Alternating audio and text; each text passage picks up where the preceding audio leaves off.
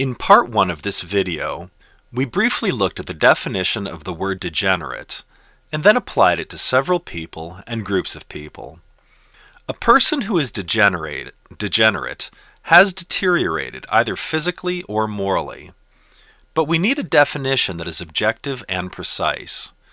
Can we define physical and moral health in such a way that everyone will agree whether a person or group is degenerate or not?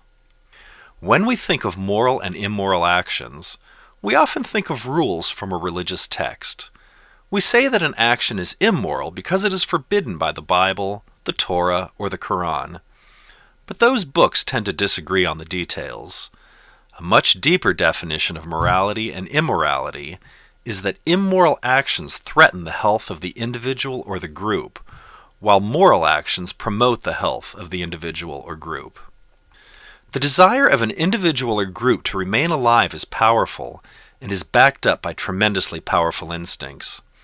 If I were to walk up to a person and in some fashion try to cut off that person's air supply, they would react immediately to try and stop me and thus restore their air. That person would kick, punch, bite, or in any way kill me if needed so that they could breathe again. Instincts will protect the need to breathe. If I were to cut off a person's water or food supply, the reaction would probably be slower, but ultimately the person would take extreme measures, including murder, if that were required to restore their food and water. The body desires to remain alive and will take all necessary actions to do so. There is another sort of threat to life that also elicits powerful instincts.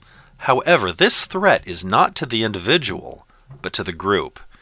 Even though this threat is to the group and not the individual, the human body recognizes this threat as extremely dangerous, and we know this because it elicits truly powerful instincts. This is the threat of the group dying. Although the group can be threatened in a number of different ways, the threats that elicit the strongest reactions are threats to the children. For if there are no children, then life does not continue. The instinct to ensure the continued life of the group can be found in the sex drive. Sex in no way serves to continue the life of the individual. In fact, sex can sometimes be risky or expensive in resources, and thus threatens the life of the individual. But the instinct remains strong because the group must continue. Think of all of the people who have risked losing their jobs or catching a disease in order to obtain the brief pleasure of sex. This compulsion and the pleasure it brings is so strong because the instinct for the group to continue is imperative. It is with this instinct for the group to continue that we will define degeneracy. What is degeneracy? What must a person or group do in order to be degenerate? The objective definition for degeneracy is simply the breakdown in the instinct to procreate. This breakdown leads quickly to the genetic death of an individual, and it brings death to a group in several generations. This breakdown is not some hypothetical fear that won't really come to pass. It has caused groups to die in the past, and it is occurring today. In later videos, we will look at groups that cease to exist because the instinct to have children became defective.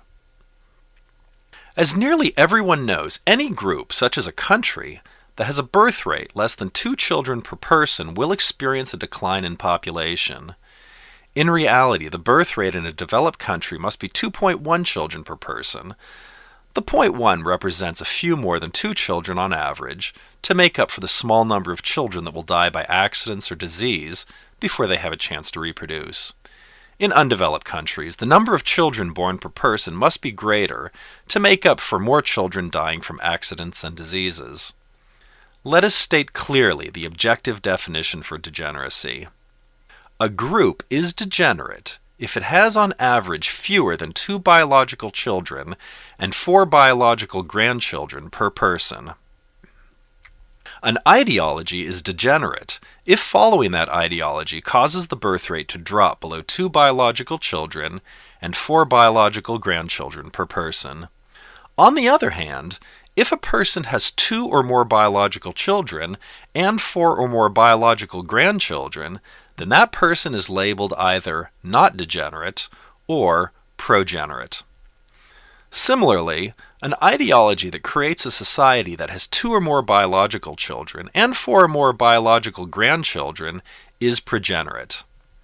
Let us go down our list of individuals and groups from part 1 of this video again and decide whether they are degenerate or progenerate.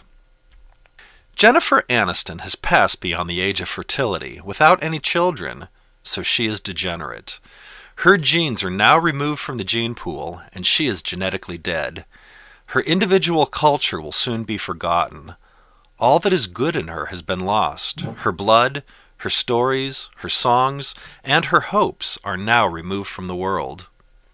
Judy Garland had 3 children, but she damaged her son so badly with her drug and alcohol use while pregnant that her son was unable to have children. Her daughter, Liza Minnelli, is too damaged to ever have children. In all, Judy Garland had only 2 grandchildren, and is therefore degenerate. The requirement in this definition that a person have 4 grandchildren is necessary because it takes into account that some people raise their children in such a way that their children are either unwilling or unable to have 2 children each. Kate Winslet has 3 biological children. It is too early to determine whether she will have 4 grandchildren, but for now, she is progenerate. In the past, American Christians used to have more than 2 children per person, and were thus progenerate. Mainline Christians in the U.S. today have 1.9 children per person, and are thus degenerate. Evangelical Protestants, on the other hand, have 2.3 children per person, so they are progenerate. Catholics also have 2.3 children per person and are also progenerate. Agnostics have 1.3 children per person, so they are even more degenerate than mainline Protestant Christians. Mormons in the U.S. have 3.4 children per person in 2015, so they are definitely progenerate. Modern feminists say that men are rapists of the patriarchy and therefore avoid the company of men, so feminists are degenerate. The Shakers were a group of feminists in the 18th and 19th century. They refused to have any children and thus were 100% degenerate, and they died out. Homosexuals tend not to couple with the opposite sex, and are thus degenerate. Bruce Jenner had 6 children and is thus strongly progenerate. However, he now promotes a worldview that strongly discourages biological children, so his current worldview is degenerate. It is tempting to say that this objective definition of degeneracy is mean-spirited, and that degeneracy won't result in any real-world effects. But it is clear that degenerate cultures will ultimately die. They have died in the past, and it is apparent that the cultures that are degenerate today are in serious trouble. Many ideas were introduced in this video, and they will all be covered in much more detail in future videos. You have been warned before that the words of Cherisy can be difficult to hear, but they are grounded in scientific truth. You are welcome to join me for the next video, where we will hear more of the words of Cherisy.